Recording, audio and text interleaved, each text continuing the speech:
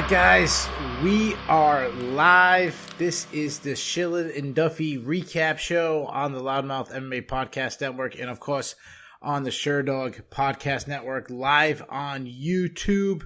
We thank you guys for watching. We ask that you guys stay active in the comments. We'll try to make this as interactive as possible. I am your host. My name is Keith Shillan. I'm a writer for Sherdog.com. Joining me, as always, is, of course, one of the top guys at Sherdog. He is, of course, Ben Duffy. Ben, what's going on, my man? Man, what a night. That's it? That's the best you can give me?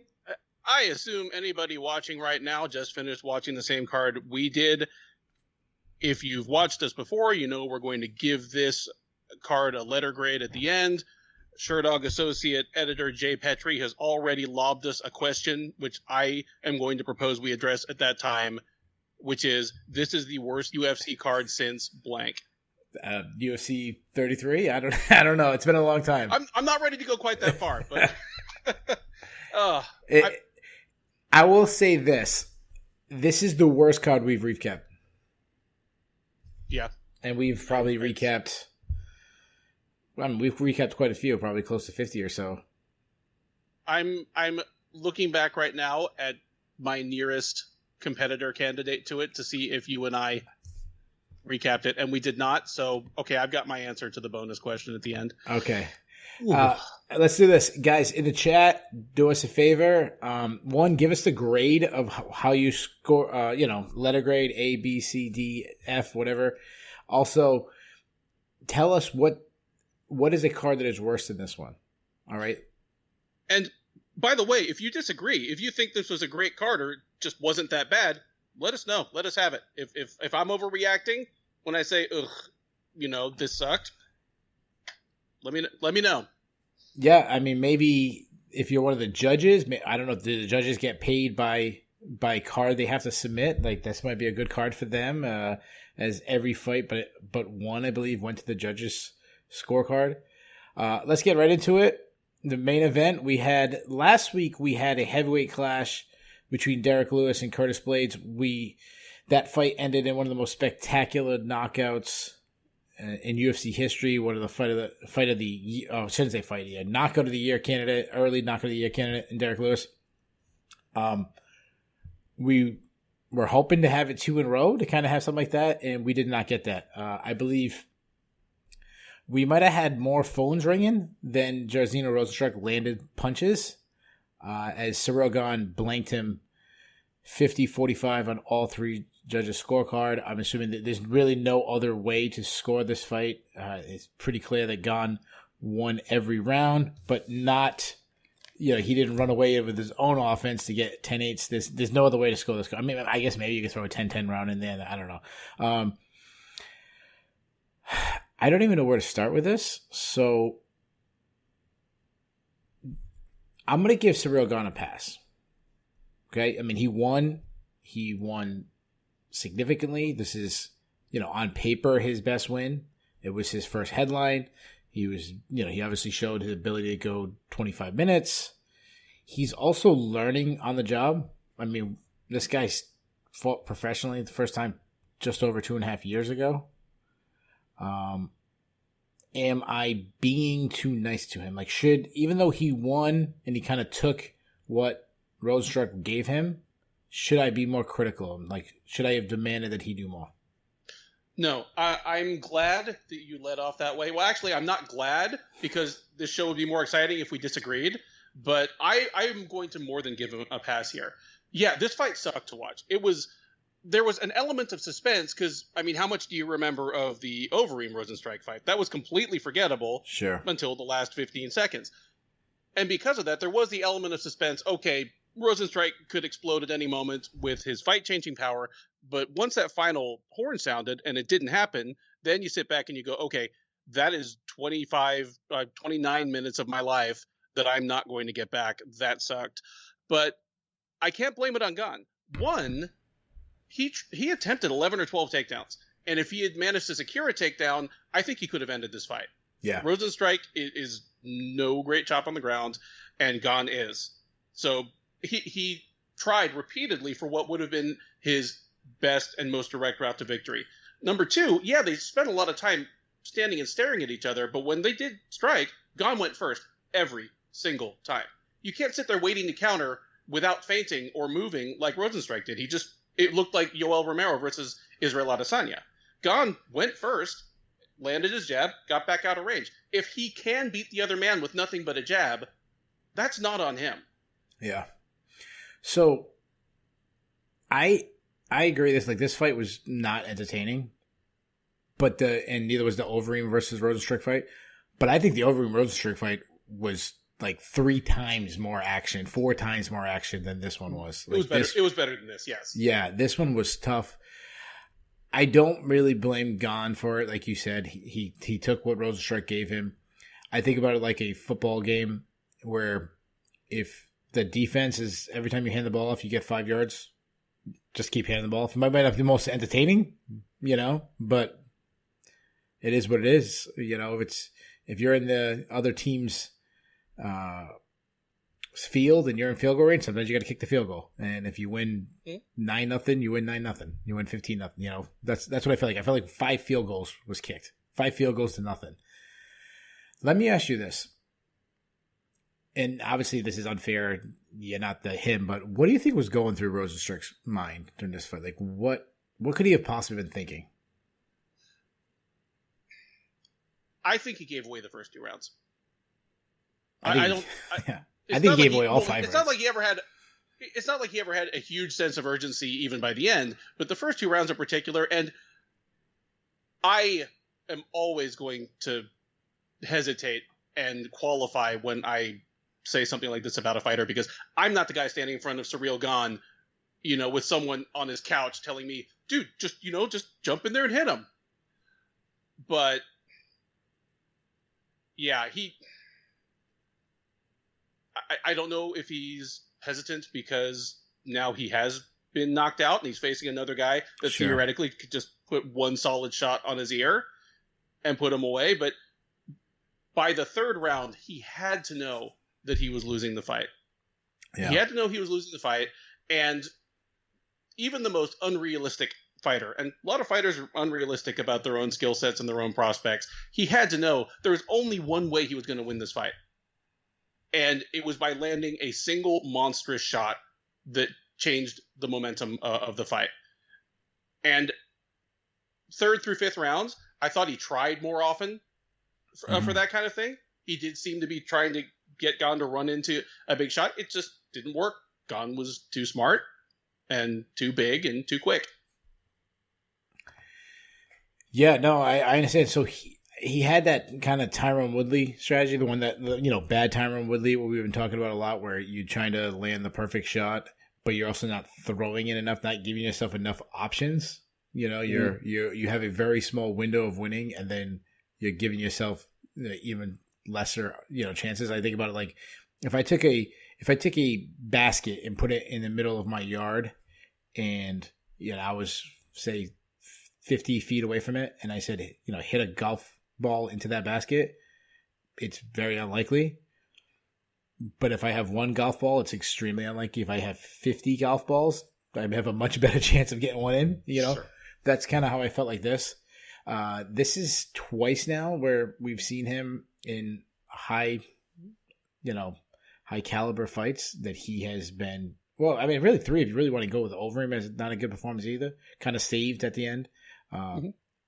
He has not looked good. And this is really surprising for some guy who has as much kickboxing experience that he has to kind of be completely gun shy. Yeah. Let's talk about Gane, because Gane, he's so different than anybody we have at heavyweight, because we have, historically speaking, even now, we talked about last week that we think it's a pretty good division right now at heavyweight. It's got some star power with obviously Miocic, possibly the greatest of all time. John Jones moving up, in my opinion, is the greatest fighter of all time. There's a lot of star power in this, but nobody's like Gane in the fact that everyone's grizzled veteran. I know there's some new blood, but even the guys like Dawkins and Aspinall we saw last week have a lot more cage time than we've seen Gane. So he gets a little past, but his athleticism, like there was, even though this was not a fun fight to watch, there was definitely some good moments. Like there was good things that you could take from the fight. Like, as they mentioned, like he's just a big dude. He's just a massively big dude. He's got a lot of muscle. Obviously, he's going to hit hard. He's light on his feet. I like that he was able to attack both high and low, kind of changing up his attacks. While the wrestling wasn't successful, I like seeing him attempt to go, for takedowns. At one point, he actually like threw Rozenstruik and almost did like the old bully in the yard, like rear naked choke, where you kind of sneak up by that and just like yoke him up, kind of. And the throw, I mean, I won't repeat the name of it, but it was Tim Boach tossing David Heath. Like the hip throw without the hip. Just I'm strong enough that I'm just gonna grab an underhook and kind of toss you. Yeah, his footwork, like the thing that kind of stood out to me is probably his footwork. As we talked about, that Rozenstruik kind of had these moments where he had to like flurry and kind of throw these looping, almost similar punch that he caught Overeem with. It's like looping hook. He was moving out of the way. Like he didn't give the target that Overeem did, and he did it with his footwork. And there's not many guys who can probably match that speed and athleticism. No, I would agree. I am not sure what Ciryl Gane's ceiling is. I don't know if Ciryl Gane is a future champ. I don't know if he's a future title challenger, although, I mean, at this point, he's at most maybe 2 more wins away. I will say something about him, though, and I don't say this easily, but of all the heavyweights I've ever seen in this sport, he may be more of a complete product 8 fights into his career in terms of a well-rounded skill set, poise, and confidence, and just cage IQ. The only other person I can think of that was this developed, like 8 fights in, was probably Cain Velasquez. I mean, Brock Lesnar had a UFC title by, his 5th or 6th fight? All the way to the end of his career. He had huge holes in his game. He looked flustered when he got hit hard. His striking never truly looked smooth or natural. He always felt like a prospect, even when he was 33 years old and trying to come back. Gane is about as complete a product as I've ever seen for a fighter with this little time in the game and this few reps. And it is just shocking.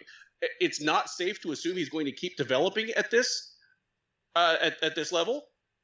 But if this arc continues even a little longer, he's going to be one of the greatest heavyweights of all time just on skill. Yeah. We still don't know how he's going to react to true adversity. And, look at the man he beat tonight. Sure. Until he did, we didn't know how Rozenstruik was going to look. That's right. After losing a fight.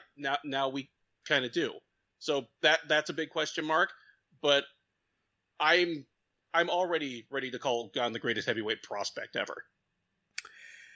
Yeah, I mean, I would still go with Cain Velasquez based on he came in with tons of hype. He obviously lived up to it. We saw the finished product. He reached the mountaintop, so I would say that. But I also like the comparison when you talked about guys so young and having an impact. I like the comparison of Cain Velasquez, but I want the listeners to really listen to what we're saying. We're not saying skill-wise because they both came from different avenues where Cain Velasquez started with the wrestling background, had the wrestling, and developed the striking. Gane's doing it the opposite way. He kind of has the striking, and then the wrestling's coming. The wrestling, the grappling, all that is what he really needs to improve on. Though we have seen a little bit of grappling with him, not necessarily tonight, which is a little troublesome considering when we've seen Rozenstruik taken down, he's really struggled there. So it's a little troublesome, but it was still, with trying to nitpick a performance, he still beat a top 10 heavyweight in the world, 50-45, Yep. Do you feel like you saying he's so you still feel good about him? Like, I want to ask this to the listeners: do you feel better about Gane after this performance, or do you feel like worse? Do you think like the fact that he didn't take him out, that he kind of played it safe? Do you think he's do you not? I shouldn't say worse in. I'm not talking about your fandom. I was a fan of him, but now I'm not really a fan. I mean, just his potential. Do you think, wow, I thought he would reach this level. Maybe he's not that level. Did that change at all? Or are you still on the boat? Like, you're riding the train. You think he could win the title, or maybe you never thought he could win the title. Like, did your opinion of him change at all? It seems like to me that yours hasn't. I have a couple of small positive takeaways. Okay. It is good to see that he can go 5 rounds at a moderate pace with no problem. That's encouraging. He showed that he can fight in such a way that so as to minimize his dangerous opponent's one real route to victory. He fought a fight that was clearly calculated to win each round without getting his block knocked off. It wasn't the most pleasing thing to watch, but I'm not going to call Gane a boring fighter until he does this a couple more times. Yeah, I agree. That's actually how I feel. I feel like I'm blaming Rozenstruik more for this than Gane. If Rozenstruik came out throwing hammers, trying to make this a war, that might have changed it. Now, I'll say this about Gane. You talked about things you like. All the thing I didn't mention, I like his fight IQ. Like he's a guy that has athleticism for days. He moves like a lightweight, but he actually showed fight IQ. He knew the avenue, what he could do to win, stuck to it, didn't like fall into any traps. That was good. Let's talk about. I really want to go back to this fight because it sucked. So I don't want to spend that much more time on it. And this is probably going to be a shorter show. We only had 9 fights after 3 canceled fights. What do we do next? What would you do next we'll start with Ciryl Gane. Like, if you can do anything with him, who you match him with? I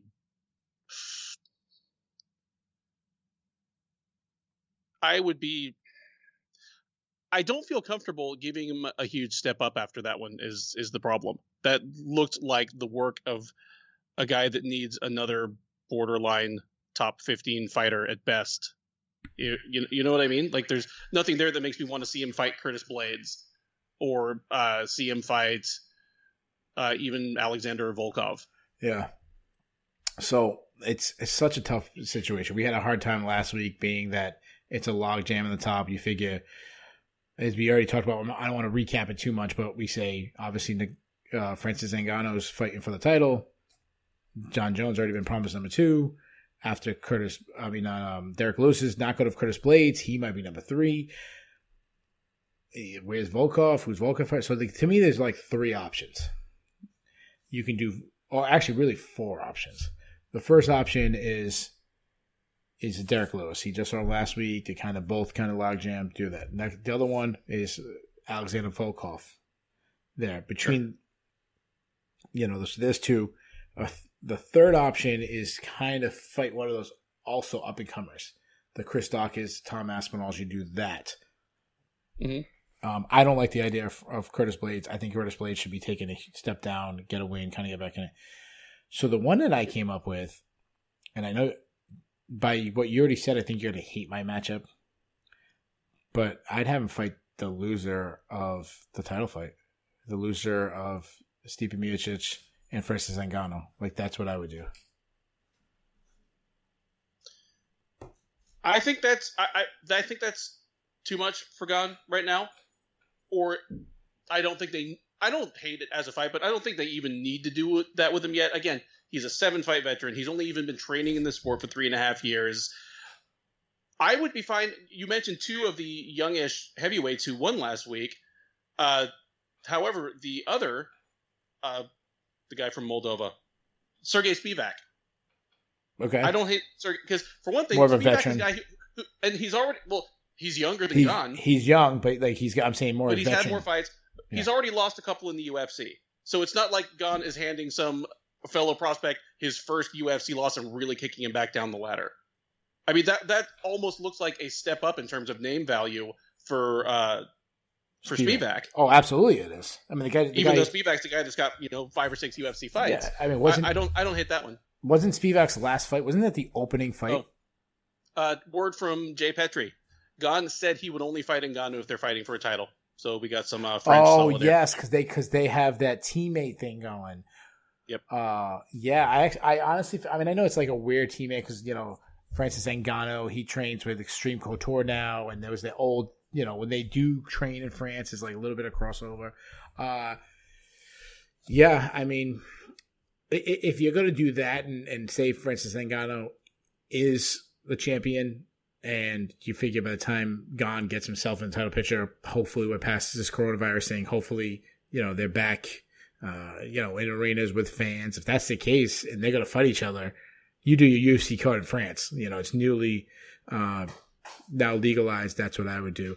What about the next tier down? Like, what about the tier, like the kind of like the unforgotten tier? Like, Marcin Tybor or that range, that's a step down from Rozenstruik as far as rankings and stuff. But now he's just kind of like, hey, we're gonna get you experience. Thoughts? And that would be a good kind of person to try to get him experience against, because Tybor, he's not an easy out. He has all the component skills. I'm all for that. That'd be fine. The thing about Gane is there are any number of good available matchups for him because he hasn't fought anybody yet. He's been in the UFC for a year or two.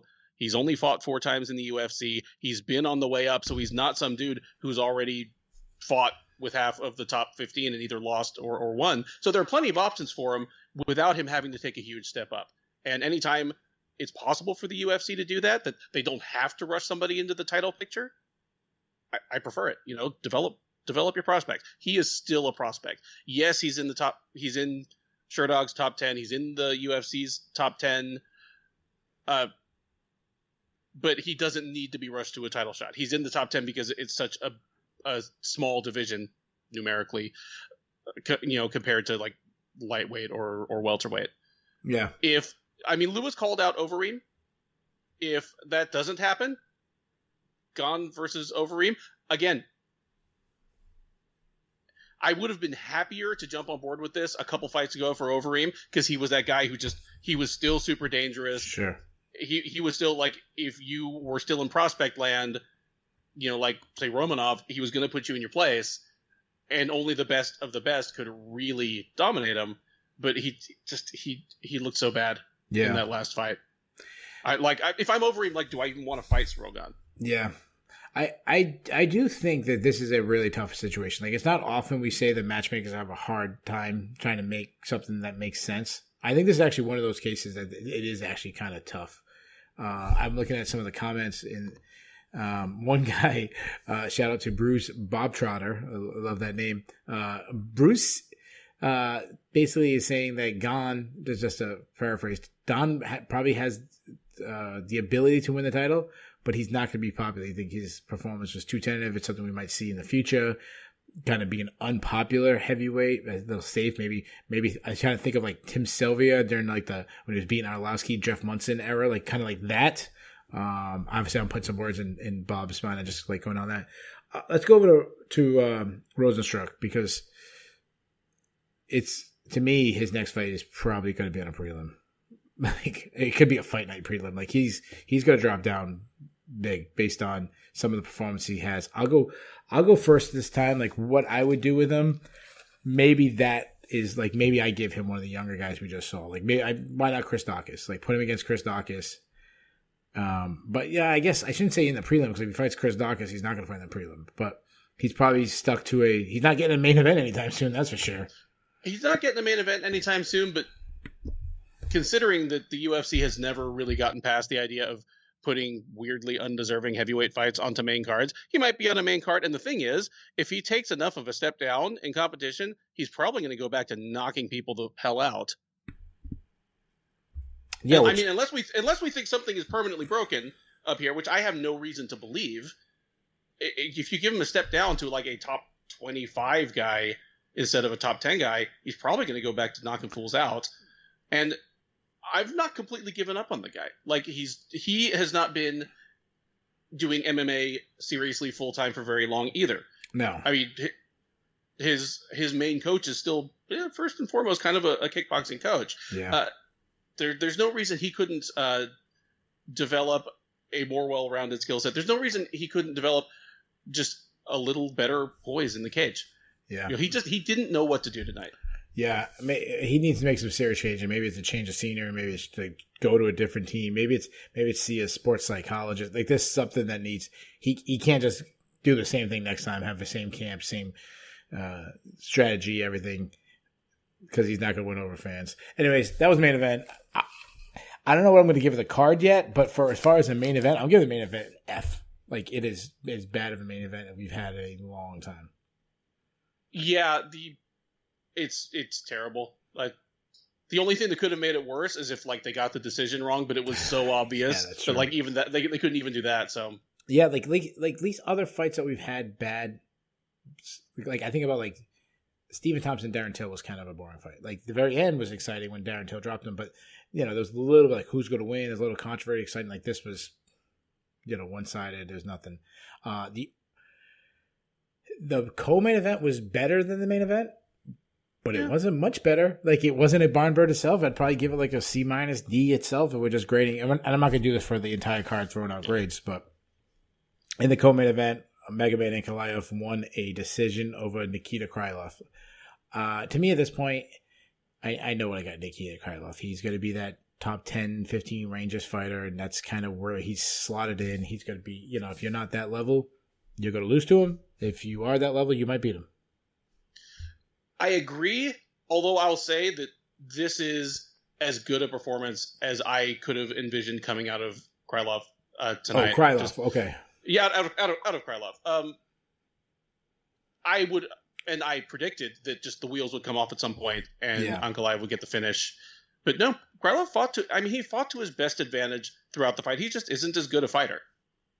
And what we got, it wasn't terribly exciting to watch. It would have been cooler if Ankalaev took him down and punched his skull in the first round, or lanced him with a front kick to the jaw like he did to Dalcha. But we got what we got, and second and third rounds, kind of the second round was pretty one-sided. Third, I thought it was a clear Ankalaev round as well. It was just a pretty straightforward fight. Yeah, one contender goes up, one goes down. Yeah, to me, there wasn't any suspense. Basically, it was first round was Krylov, second and third round, Ankalaev. I agree with something you said about Krylov. I think he gave himself the best opportunity to win, but he has a limited skill set to Ankalaev. Like he had a good game plan. He did the opposite of Rozenstruik, where Rozenstruik really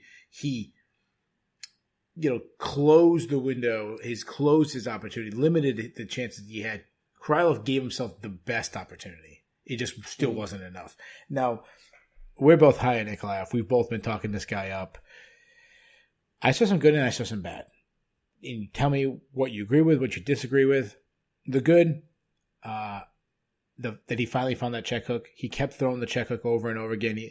And he finally found it, and he kind of rocked him with it, so he kind of shows that power. His straight left when he was throwing it was good, and obviously his wrestling. His wrestling is, if everything goes wrong in a fight, he can still turn into a wrestling match and win. Yes. Some of the bad I didn't like, first of all, was his output, especially in the first round. He was trying to pressure counter-strike, but he was responding too much, too slow, I should say. Krylov was kicking him to the body or hitting him with a punch and then getting out of the range before the counter would come. And a lot of that came, and this is the other part that I thought was bad, is he was sliding back and throwing a check left hook, which one is going to lose power. And two, when you move your head off line, you kind of will lose alignment too. What I think, he's trying to do a little something like Connor does, but what the best Connor does, Israel Asani does it, it's a step back. So they step back onto their power leg, keep pulling their head just out of range to spring off that back leg to land shots. He wasn't doing that. He was pulling his whole body back, and while his upper body was going back, he was throwing basically an arm punch. Which, I picture Nick Diaz doing that. And he would land it, but it didn't have a ton of power on it. Honestly, that is a perfect person because he does it all the time. He actually did it against Connor a lot in the second fight. But he showed enough power still that even when I don't think it was technical, it wasn't the best technique. When he actually did land it and he landed it clean, he kind of rocked him. So that's the good. I said that my opinion of Gane didn't change much. I was high on Gane. I'm still high on Gane. My opinion of Ankalaev has not changed too much, but I am a little bit ew, that wasn't the best performance. Yeah, he won. He beat, a top 10 ranked guy. but I feel like so I should say my opinion has changed a little bit. Like a little bit of doubt has creeped in. Are you with me on that? Are you still like are you leading the pack that this guy's going to win the title one day? I still think he might. But what I need to see now is I need to see him against just a real live top contender. He has been massively favored in every one of his UFC fights. Anecdotally, within the Sherdog staff, where we do a pick'em contest, he has either been the unanimous choice of the staff, which is very rare, or it's been all Ankalaev and a couple contrarian assholes trying to shoot for the moon and be the only one to pick his opponent and get it right. And aside from, again, 15 seconds against Paul Craig, he lost a round to Krylov, which I don't believe he's lost a round to anyone else. Yeah. In his entire UFC run. So yeah, it looked lackluster compared to how badly he was whooping people earlier. Yeah. Maybe it's just time to see this guy against one of the 7 or 8 best in the world and see how he does when he's not favored or he's a pick'em or there's a guy that actually does a couple things better than he does. Yeah. Yeah, I might have set the standard so high to him that no matter what he does, it's going to seem like a little disappointment. It's like when your friend tells you about oh, you got to see this amazing movie. I think about I might get some hate for this, but The Departed, everyone was saying it was oh, this is the greatest movie ever. It's as good as Godfather. And I watched Departed, and I'm like, it was entertaining. It wasn't the Godfather. It wasn't that level. So I kind of it seems like a disappointment to me. That's how I feel about this performance. Now you're still leading the pack. You're carrying his flag. Let me throw out something real quick. Before this fight, Nikita Krylov's last 4 fights were Johnny Walker, Glover Teixeira, Ovent St. Preux, and Jan Blachowicz. He went 2-2 in those 4 fights, but all 4 of those guys are better than anybody Ankalaev has fought. Krylov has just been swimming in deeper waters. Yeah. That's a good point. And perhaps Ankalaev shouldn't have been as massive a favorite as he was. He's still coming along. I mean, I don't almost by accident, the UFC is developing him sensibly. And so I'm getting impatient to see him against an actual top fighter. Yeah. I would say you're the person you're carrying the flag, you're running, the pack following. Yep. I've fallen back of the pack a little bit or for still in love with this guy, but I might be checking the DMs of somebody else. You know what I mean? We're still together, but my eyes are starting to, kind of starting to wander a little bit. Let's matchmake. You said you think he should face a top 7 or above kind of guy. I agree with that. I've got a couple thoughts here. Give me one. Just give me one. Okay. I want you're the matchmaker. He comes in. He's going to sign the contract. What name are you having on it? Volkan Oezdemir was supposed to fight Krylov. He probably would have been a pick'em or a slight favorite in that. I like that for a next fight. Okay, I'm going even higher than you. I'm fine with that. I'm giving him the winner of Thiago Santos, Alexander Rakic. That's what I would do. Okay, you told me only one because that was my other one. Sorry. I said the winner of Santos versus Rakic would be great as well. Okay. Sorry, I meant don't give me multiple options, but I was going to say the winner. Okay. Yeah. So we both agree that's the matchup to make. They're fighting next weekend, right? Yes. Yeah, they're fighting next weekend, so it would line up as long as obviously everyone stayed healthy. Let's move on. Probably one of the most controversial fights of the evening, or the most controversial, Montana De La Rosa versus Mayra Bueno Silva. They fought to a majority draw. My question to you is, how did you score the fight? I'm one of the people that scored it a draw. So did I. Tell me exactly, because not only was how you scored the fight, 29-28, draw, whatever, there was some controversy to that, but also it seemed like the rounds, there was some controversy. Some people gave one round to this guy, a girl, one gave this girl a round. How did you break down the rounds for me? First round, I scored 9-9. I thought it was a round for Mayra Bueno Silva, except for the point deduction. It was a close round, but the thing is, if it was close and you thought of it the other way, all of a sudden it's a 10-8 round. I gave the second round to De La Rosa, which I think is probably the least controversial round. Everyone seemed to agree on that one. Then the last round I gave to Silva. So not only, see, this kind of kills our fun, but not only did we agree on the score. We actually scored the rounds the same way.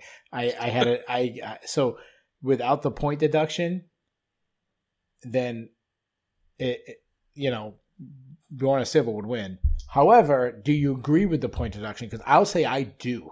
Because I Okay. I love the point deduction. My only problem is that it needs to be done more consistently that way. I agree. Because you stole the words I was going to say. Yes. I was going to say those if exact I'm words. Bueno Silva's corner, I'm like, what the hell? This happens literally 6 to 10 times every single UFC card, and no fence grab gets a point deduction until at least the third infraction, even if it does stop a takedown. Why am I all of a sudden in the hole? I agree with the deduction. I just think it needs to be more consistently enforced. It is a fight-changing infraction. I'm not going to call it a foul because you're not poking somebody in the eye, but it's a fight-changing infraction that happens multiple times, absolutely, every single event. And shout outs to Chad Dundas. Dundasso starts with committing fouls on purpose that you're going to get away with a couple times without a point deduction. Like, if you can grab the fence twice, do one nut shot and an eye poke, and none of them are going to get deducted. Why wouldn't you do them? That's like going out with one hand tied behind your back. See, I've always thought this. When you grab the fence and you stop a takedown, not only should you get a point deducted, they should put you on the ground. Because if I'm fighting Ryan Hall, and I'm a great striker, if I can keep the fight on the feet, I have a good chance of knocking him out. But if he takes me down, the fight's probably over. Or insert whoever, Damian Maia, whatever extremely high-level grappler. Well, I'll give up a point before I let him get a takedown. So we should make it even worse. Like, not only did you get taken down, but you also lost a point. Jay Petrie, our man on the spot. He's with fantastic. The stats. Sherdog Associate Editor. If you don't read his Fight Facts column, punch yourself in the face and then start reading his column. But he pointed out that Magomed Ankalaev got away with 3 very obvious fence grabs in his fight, and that was literally the next fight after this. Yeah. In terms of, inconsistency. And you know what? Ankalaev's fight, not to revisit it, but that's a fight where Krylov came right out the gate and took him down immediately, and it, at least for me, put a whole different complexion on the fight than what I was expecting. And Ankalaev put a stop to that by just starting to grab the fence. Yeah, and to fairness to Krylov, while it's probably unlikely that he would have got a submission if he got a takedown on Ankalaev, submission is his game. Like, that's probably his best attribute. That's where he's got a whole bunch of stoppage by submission. Like, while it's probably unlikely, you never know. Like, he might have got a submission. So yeah, you're right. That could have saved the fight for Ankalaev if by getting not getting taken down or just. Even if you get a takedown, you might land a different way than you would have if you didn't. There's a lot of factors to grabbing a fence, which is obviously the positive of having a fence is the ability to see through it. You didn't have the prior days where you'd fall through fall through the ring, and you have to push it, or they get tangled in the ropes. And you have to reset it and stop and move. And there's the benefits, but the negative is it's grabbable. I mean, the ring was the same way, but. Unless you're using some kind of plexiglass or something, which I know they tried, it hasn't worked. Let's talk about the X's and O's real quick of De La Rosa versus Silva before we move on. Silva's, she hits hard. I mean, she's got a great clinch game. She was just so much stronger than De La Rosa. That was the biggest surprise to me. Yeah. I expected that to be even, or even De La Rosa to have a slight advantage there. I think they're both bulls. But I clearly just underrated Mayra Bueno Silva's pure horsepower or overestimated De La Rosa's a little bit. But yeah, absolutely, Silva was the stronger woman when they got hands on each other. Yeah, and we saw that with the damage that she did. I mean, it looks like she might have a broken orbital, and it was really, really bad. Other thing about De La Rosa, and I said this on the preview, she's pretty one-dimensional. She can't get the fight to the ground. She's going to lose. I've seen some improvement in striking, but it still has a very, very long ways to go. What did you think of her striking game? Did you see improvement at all? Not especially. I didn't see much in the way of improvement. She can throw a variety of strikes. She has decent power, but her footwork is still poor, and she's just kind of it's kind of slow and labored, and I'm not sure why. She seems awkward striking. It really hasn't caught on to the point that it does for some other fighters. I don't know if that's something that'll ever change, but it could stand to improve. Yeah, she's still very young, so there's a little bit of a pass, but I mean, she's got a lot of fights now in the UFC. Like, we need to see improvement. Maybe she needs to change the scenery. Maybe she's too comfortable as she is. Well, she just barely changed. Well, not just barely, but I mean, she moved from, I can't think of the name of the team that she had been training with, but she did change. Isn't she out at Grudge now? Oh, is she? Oh, I didn't even realize that. I'm hoping somebody will come. Yeah, you're probably. I believe you. I believe she changed camps within the last 2 fights. Yeah. So that's another thing. Maybe even a change of camp in most cases is not an overnight fix. No, so absolutely maybe not. We'll see some improvement. Yeah. Before that, so we talked about how terrible the card was. There was one high point, and that was the fight that we thought would be the high point. It was a fight that has significant relevance in rankings. That was Pedro Munoz versus Jimmy Rivera. What a fantastic fight. Like, everything you could have asked for. These guys were banging it out. While Pedro Munoz won, it was not a bad showing by Jimmy Rivera at all, in my opinion. Mm-hmm. What I want to talk about, though, and obviously you know what I'm going to talk about, it's going to be the calf kicks. But how it's basically like a phenomenon at this point, because think about this for a second. Think about the shots. Now, I know you were putting on Twitter that Jimmy Rivera is not a knockout artist, and I understand that. We actually said that in the preview. Like, he's got. I think I said he has stinging power. He doesn't have fight-ending power. Obviously he does.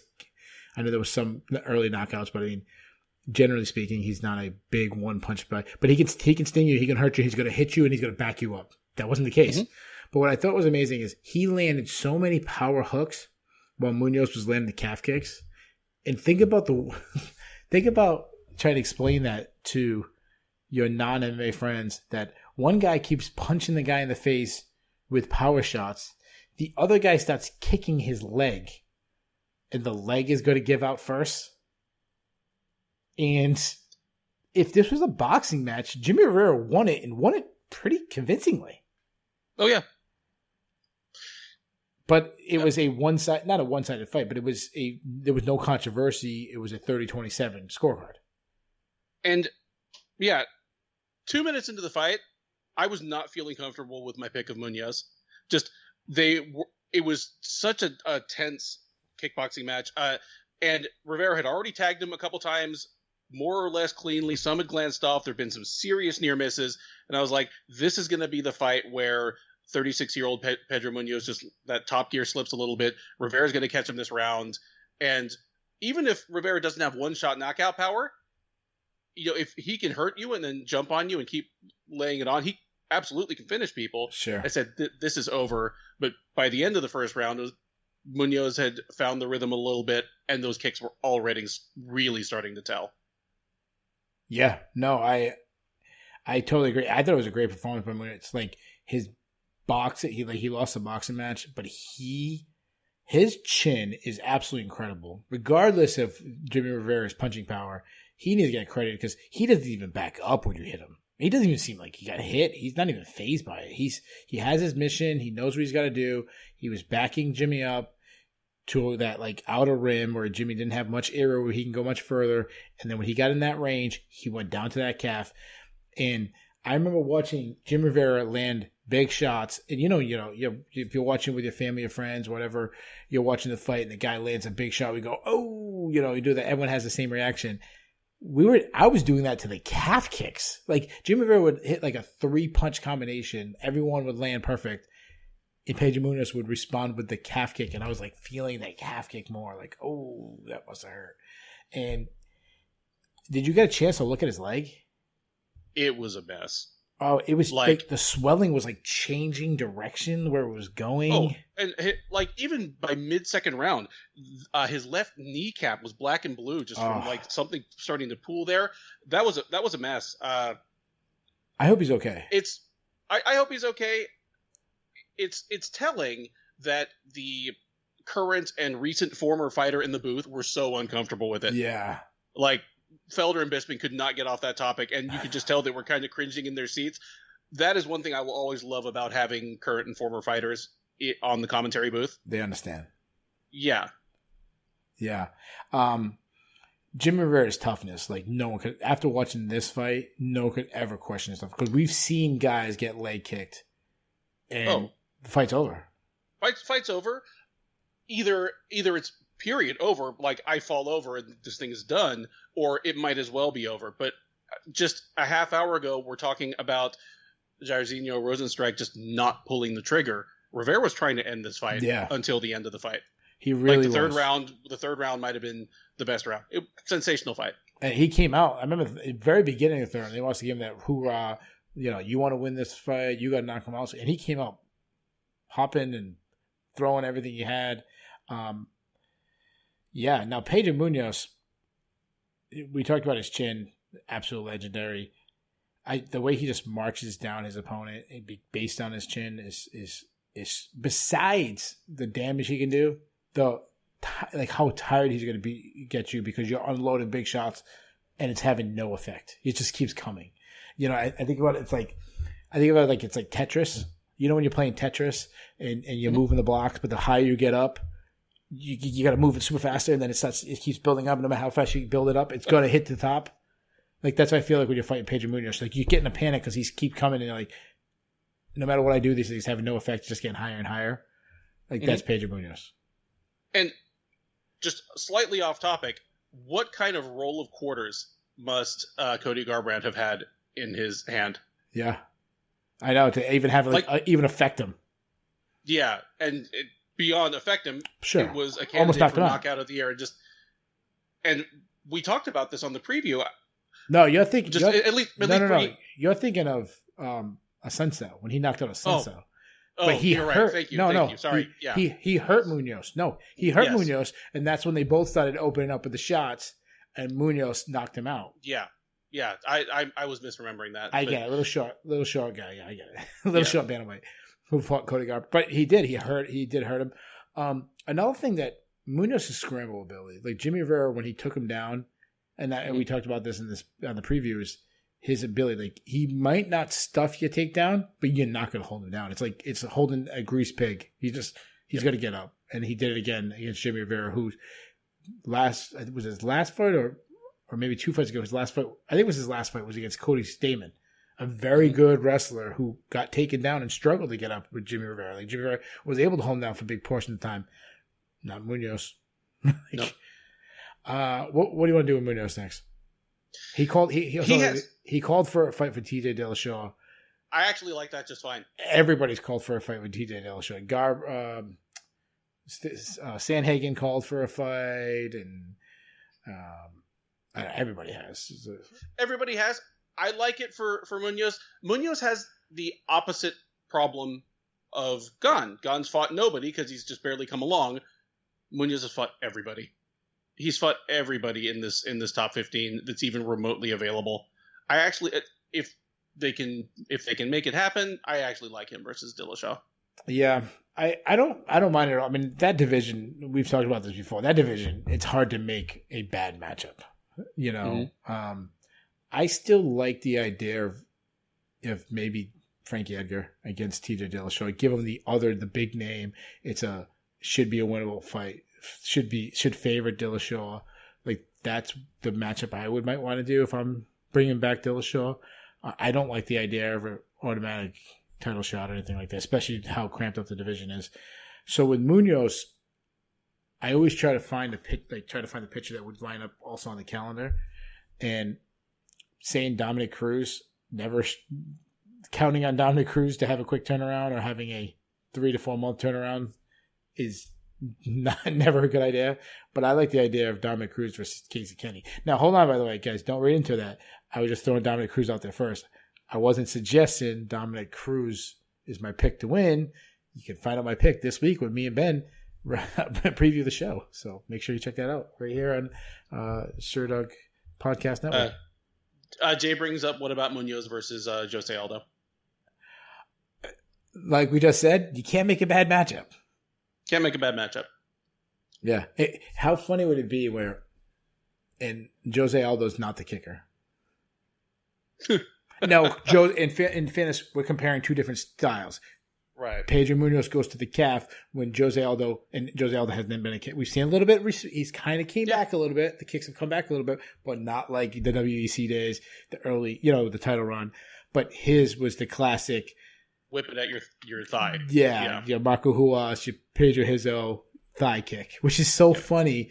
We think about how innovative that was back then. When the first time we saw Marco Huas taking out Paul Varlins with leg kicks, chopping it down. They say chopping down the tree.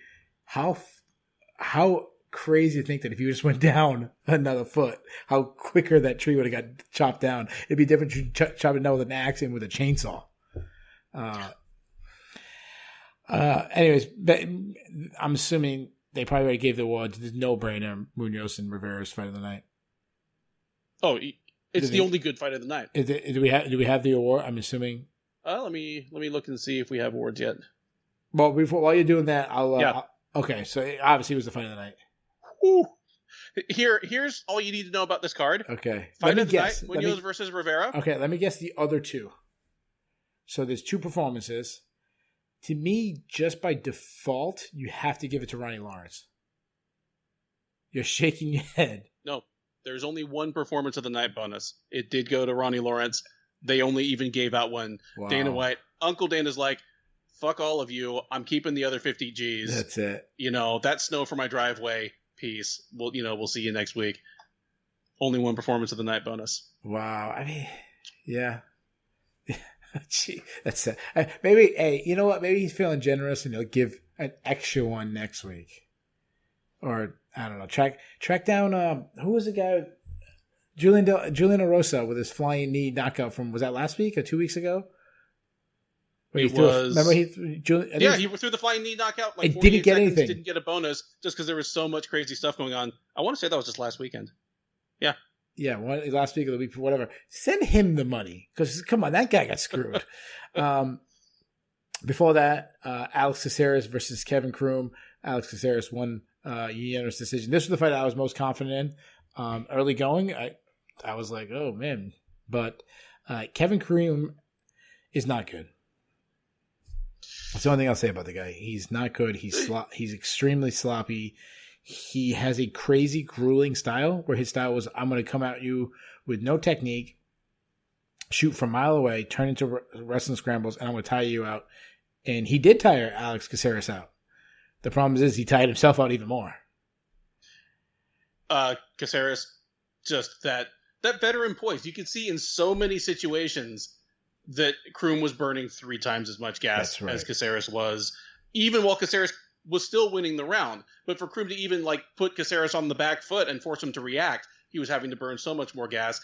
And for a guy in Caceres whose problem has often been that he's too relaxed and just lets fights get away from him or lets his opponent dictate how the fight's going to go, even if it works against Caceres' strengths, this was, again, even with the level of competition where it's a guy who might not be UFC level, fantastic performance by Caceres. Just to be that relaxed, to win the rounds, and to, for the most part, dictate how the fight went. Yeah, so I'm going to disagree a little bit on that he dictated where the fight was going, because I agree that it was a good performance, but I don't think he dictated where the fight was. I actually think he actually let Croom decide where it was.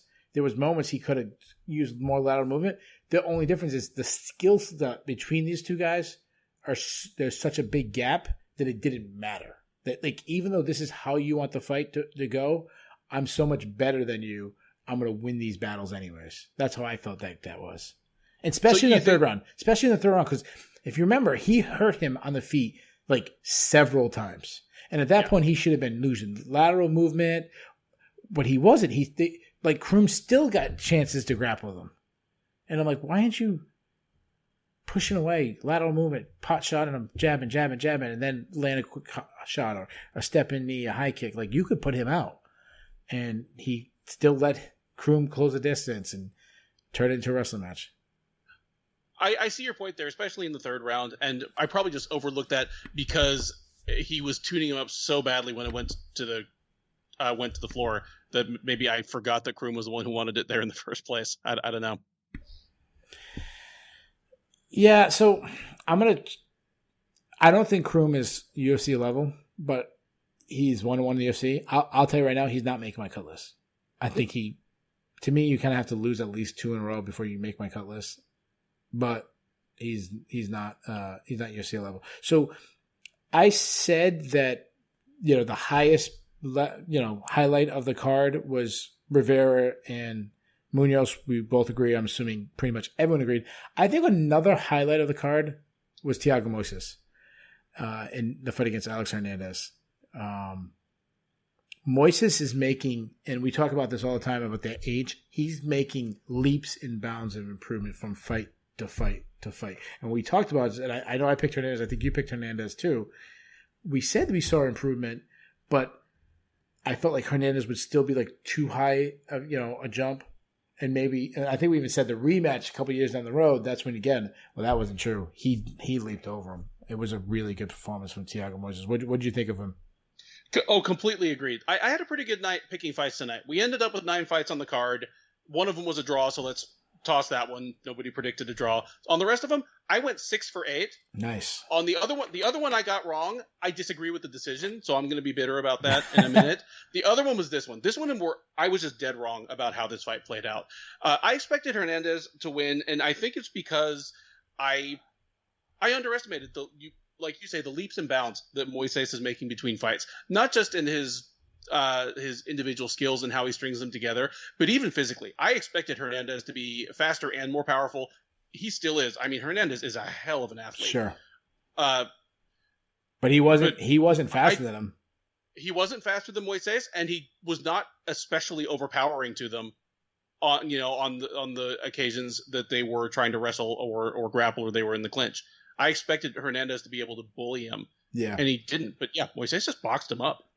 He was just quicker. Yeah. So a couple of things that stood out to me. So now one thing about Hernandez, he's so young and he is on a nice run in the UFC already. You think about the names he already has on it. His last 3 fights, Michael Johnson, which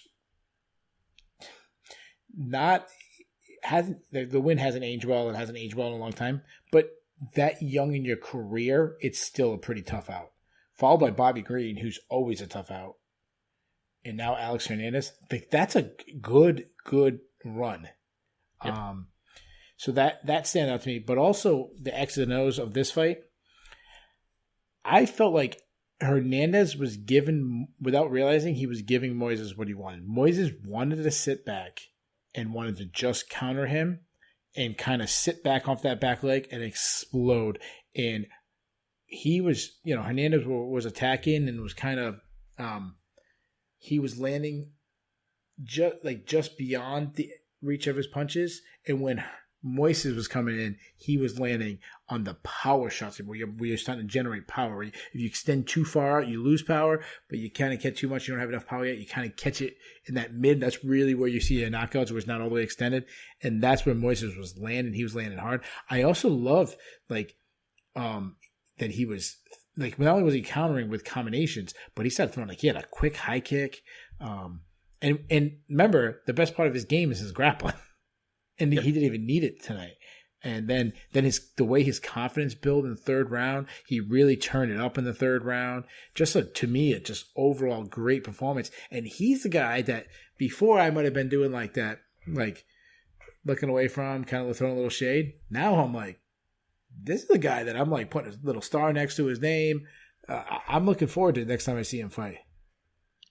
I think I picked against him in all 3 of those fights, Johnson, Green, and Hernandez. I think I did too. Clearly, I just need to come around, and he is making visible improvements. It's a little less than a year ago that Michael Johnson boxed him up good in the 1st round. Johnson was the guy that was making Moises, miss by 2 inches and then coming back and stinging him with the counter. And he's a different striker now than he was, barely a year ago. Yeah. So it was a good night for young fighters, but one of the young fighters kind of ran into that veteran, lesson, kind of pumped the brakes, not yet. And that was Sabina Mazzo versus Alexis Davis. Alexis Davis won a decision. Alexis Davis, we both did not like the line. We both said that she should not be a almost 2-1 underdog. I called it my upset special night. I think you might have did too. I know you picked her to win. Mm-hmm. I picked Davis to win.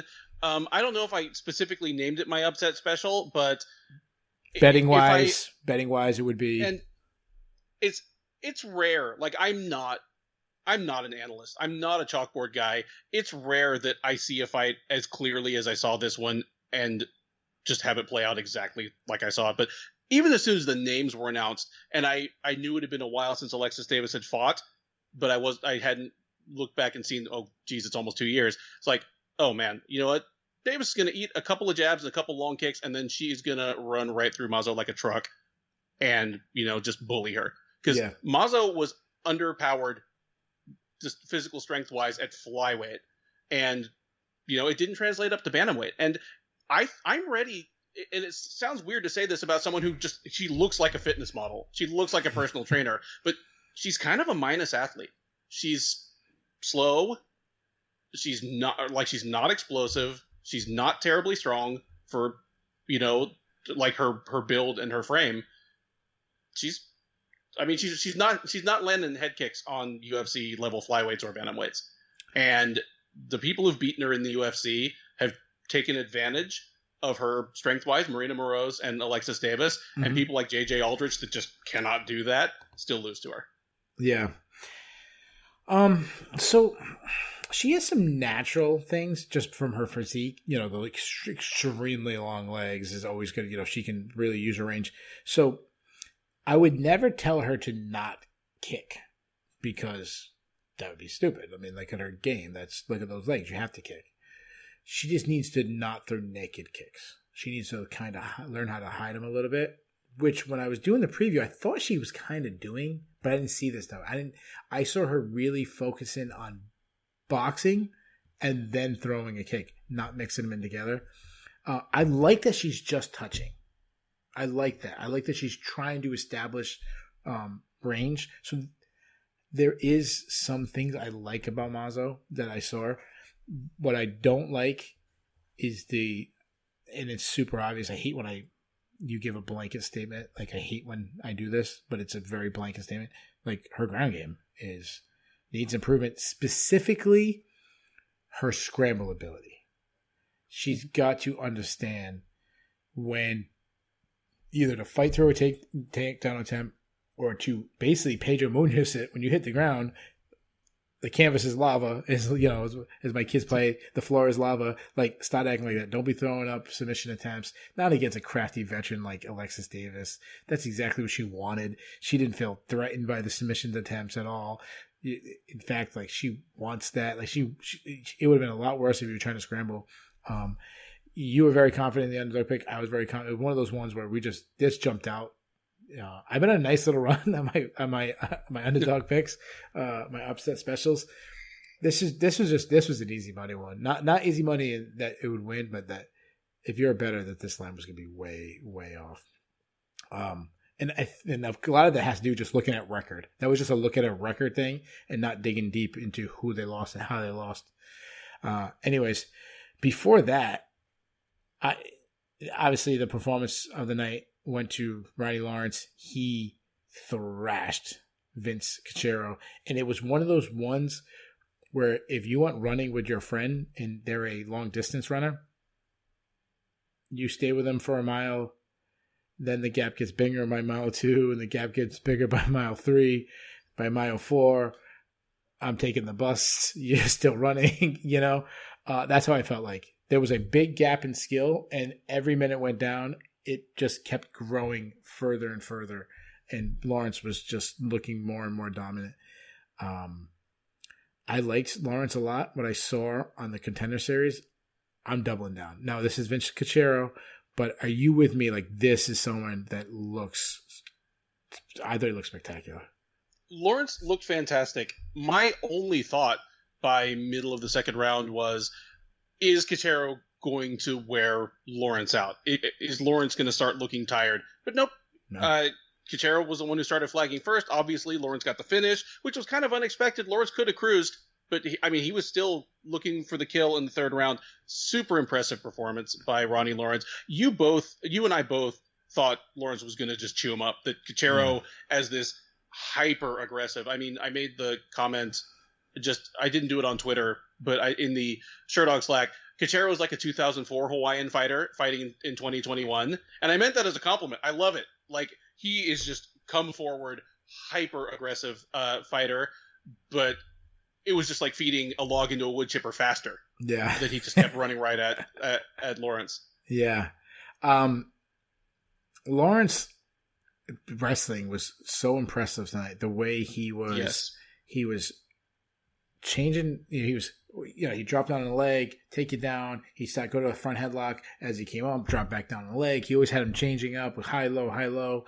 I like the variety. At one point he did a lazy lateral drop. He did a half. I don't know if you remember this. He was actually behind him doing a half Nelson, which you'd never see actually. And he did just to control, but there's something natural instead of reaching first. He went with a half Nelson.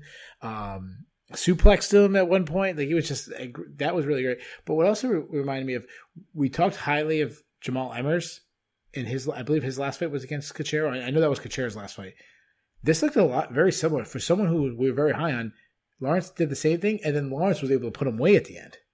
And Lawrence did it at Caceres' weight, his actual weight. That's another great point. Yeah, so Lawrence said afterwards that he's a better striker than he showed, and actually, from what I've seen of him on the Richardson, I agree with it. I actually think he's a good striker, and he didn't really show that tonight.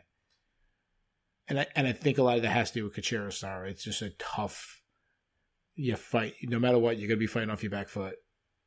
It's hard to win. He took what Caceres gave him. Yeah. And we talked about that. You have a big lead in your wrestling. Take it. Before that, this is the fight that you were very upset about. Dustin Jacoby versus Maxim Grisham. Dustin Jacoby won a unanimous decision. Grisham was missed weight for this fight. First time in his career. I'm going to give him a little bit of pass because he has so many fights. This is close in the decisions. You're very staunch on Grisham one. I'm not even that staunch. I was just bitter because it cost me in the pick'em, but it was a close fight. Just Grisham, I thought had a very pretty dominant first round, and not a 10-8, but certainly a much more dominant round than Jacoby had against him. And so I was just kind of, you score it, pride style. You look at the whole fight, but no, I'm not that mad at the decision. It was a close fight. Yeah, I'm okay with any decision. I think I tweeted that. I said, I actually, my exact tweet was, this has split decision written all over it, and then it didn't go to a split decision. and honestly, if one guy is going to get, a little bit of a raw deal, the guy that didn't even try to make weight. Yeah, I saw someone else tweet that too. So I don't remember who it was. But someone else tweeted like this, and they're like, "Hey, close fight gets the guy who didn't miss weight." So I scored the first round for Grisham, second round Jacoby, and I gave the third round to Jacoby. But I did pick Jacoby, so I might have been leaning that way. I made decisions 9-6. Take away. Both me and Ben are in that, so take away ours. It would be 8-5. So either way, extremely close. Means one 8 person. 8-5 for whom? Oh, sorry, 8-5 for Jacoby. Okay. But either way, very close. It means if you took 3 of the 5 scores on the Grisham fight, it could easily would have been a unanimous decision for Grisham.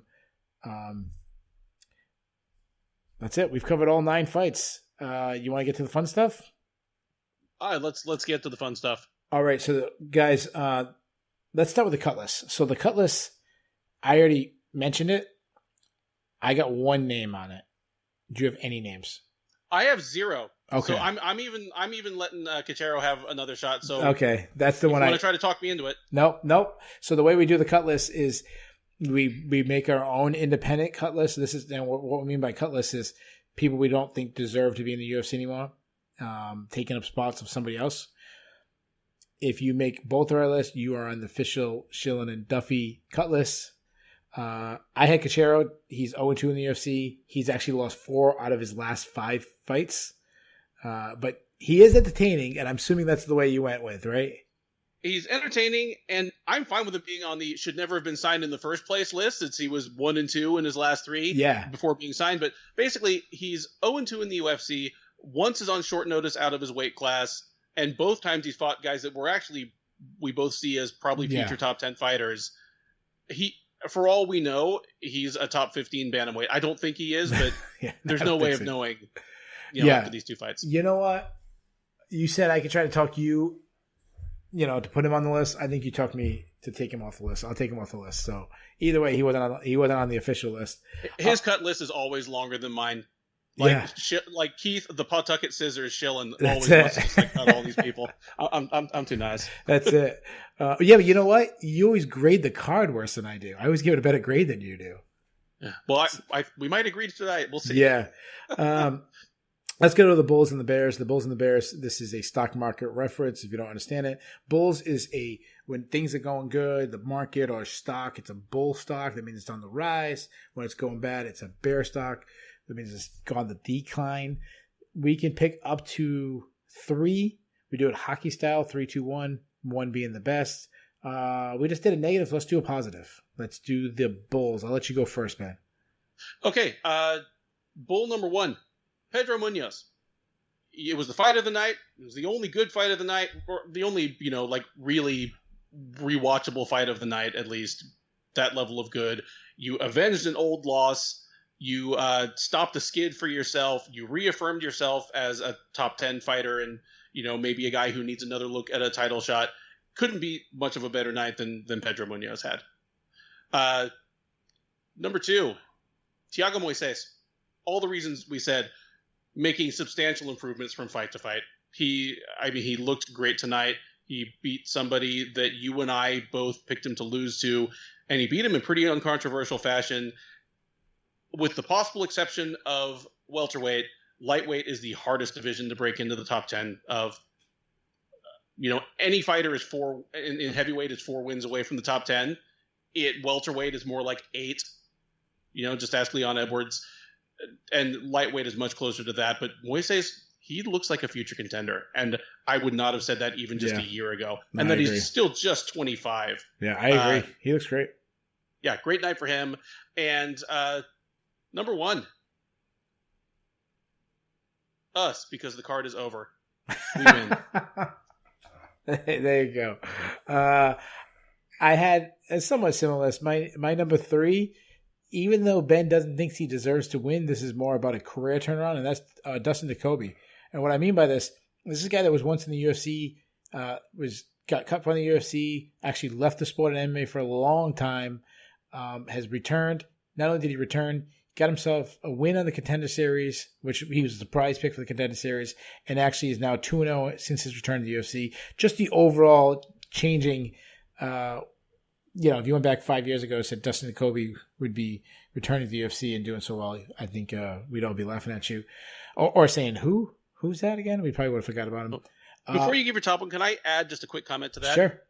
Even though I picked Grisham to win, and even though I thought he won the fight, I am happier that Jacoby won because I think I know what Grisham's ceiling was even if he won tonight, whereas I am now excited to see Jacoby's next fight. Okay. My number 2 is Ronnie Lawrence. We expected him to have this type of performance, but people are going crazy on Twitter. He's kind of like one of the new kids on the block. People are excited about him. So Ronnie Lawrence. But my number 1 is like the same guy you had on your list, and it's Thiago Moses. When we go from picking against him to suddenly be like, this looks like a top 15 guy or in the very near future, was a really good night. Let's go to the Bears. These are the guys who did not have a good night. I'll start, and I'll actually go with Jacoby's opponent, and that's Maxim Grisham. This is the whole weekend. First time ever missing weight. So while he's had such a long career, he can never say he never missed weight. And then he ended up taking a loss, close loss, but took a loss. Not a good weekend for him. Number 2, Sabina Mazzo. She was a favorite, had a lot of hype. She got, I don't want to say ran through, but lost significantly to Alexis Davis. She really needs to improve her ground game. And my number 1, it's got to be Shillan Rozenstruik. This guy did absolutely nothing. He's done nothing in 2 of his last, big fights. I can't see people being too excited to see him. I don't think He has got a lot of fans left. So Shillan Rozenstruik is my bear for the night. Who are your top 3 bears? Mine overlap yours pretty closely. So just in the interest of variety, Sabina Mazzo is definitely in there. She is now, even though she's incredibly young, at least at this point in her career, she's kind of a known quantity, and that's not a death sentence. You know, Roxanne Modafferi was unathletic and underpowered. I mean, she remains a minus athlete, but she was always kind of underpowered until well into her 30s. So that can change, but right now the book's written. Mazzo's not a threat to break into the top 10 or 15 in either of these weight classes. Got to go Shillan Rozenstruik for my next one. Yeah, I mean, you can lose fights at heavyweight and come back from that. You can't really lose the mystique of being one of the scariest dudes on the planet. It's almost more important than straight wins and losses, because every heavyweight loses eventually. There's too much chaos. The people are too big. Everybody has power, except for Marcin Tybura. You're going to lose a fight. But if you lose the mystique of being a guy who can end the fight at any time, that's tough to come back from. And right. Rozenstruik has lost it at this point. Yeah. Like, he lost a terrible fight, and he just gave Gane exactly the fight he wanted. He never even pushed him out of his comfort zone. That's right. Number one bear is COVID-19. This card had 14 fights on it a week ago. It had 12 fights on it 3 days ago. It lost 5 fights. We limped through the door with 9 fights. And some of the fights we lost were fights that we had every right to be excited about. You know, we lost some of the better fights on this card. And even some of the more lopsided ones. Just seeing Angela Hill style on Ashley Yoder would have been more exciting than some of the lopsided fights on this card. So, that's a bummer. And I'm not really complaining about that. I find it encouraging when fights are scratched because somebody's cornerman tested positive for COVID. I need indications that the UFC is taking this seriously. So I find it encouraging, even if it's disappointing in the moment. And their new strategy is kind of just to push these fights 3 weeks down the road anyway. So I'm not mad at it, but man, it butchered this card. Yeah. And then we keep our notes and just throw it in the preview 3 weeks from now. Yeah, makes the preview real easy. That's right. Let's go to the grade. This is our last question. And what was your graded card? I'll go first because I have a feeling I might be a little nicer than Ben. So I'll go first. And I'm not being that nice at all. I'm giving it a D. The reason why I'm giving it a D is the other thing we're going to say about only was one stoppage. Even that one stoppage was in the 3rd round. So not intending that sense. The only reason why I didn't give an F, I thought Thiago Moses, kind of breakout star. Ronnie Lawrence, really good performance. And then, of course, the Pedro Munoz versus Jimmy Rivera fight. That's if I'm giving that fight a grade by itself, it's an A. So kind of on the curve, it brought it up. So I say overall it's a D. What did you give it, Ben? I'll give it a D minus. You wanted to give it an F so bad. I wanted to give it an F, but it can't fail completely because even if the main event, like I said, even if the main event was terrible, at least it wasn't also a robbery. We got one good fight. A few people did some impressive things. I learned a few things. I learned that Thiago Moses is, better than I thought he was. Jay Petrie, Sherdog Associate Editor, the man with the stats, the facts, and the figures. One, he tells me to give it an F on his behalf. There you go. For 2, you want a crazy stat from the stat man. Sure. This is the first event in UFC history in which every fight went at least to the 3rd round. Wow. Like the 3rd round at least started in every single fight. Obviously, that's since they started having timed rounds. Sure. So your single-digit UFCs are out. But in the 27, going to be 28-year history of the UFC, the first card ever where every fight at least went to the 3rd round. That is bananas. That is crazy. I remember there was the UFC card when they used to have the names, and it was knockout in a single fight was a knockout of that card. Remember that one? Yep. Yeah. Anyways, guys, there we have it. We have recapped all 9 fights in what we believe the most comprehensive recap show there is. Me and Ben will be back this week. We'll be previewing the upcoming pay-per-view card, we have 3 title fights. It's probably a little longer. And our previews are pretty long anyways. It's going to probably be a little longer than usual because it's, as of right now, there's 15 fights on the card, including 3 title fights. There's prelim fights that have long implications. I'm assuming next week's recap will be longer than usual because, we like to spend a lot of time in the main event. Well, we have 3. We have a lot of significant fights on that card. So because of that, we'll end shorter than we usually do. Right now, the clock says we've been doing this for 1 hour and 25 minutes. That's actually including the countdown clock. I don't think we've ever closed up this quick before. So, Ben, are you feeling proud, or are we cursing ourselves next week when we go like 4 hours? I'm proud for the moment. Before we log off, I just want to say, if he's still there in the comments, Mr. Bruce Bogtrotter, I applaud your choice of name.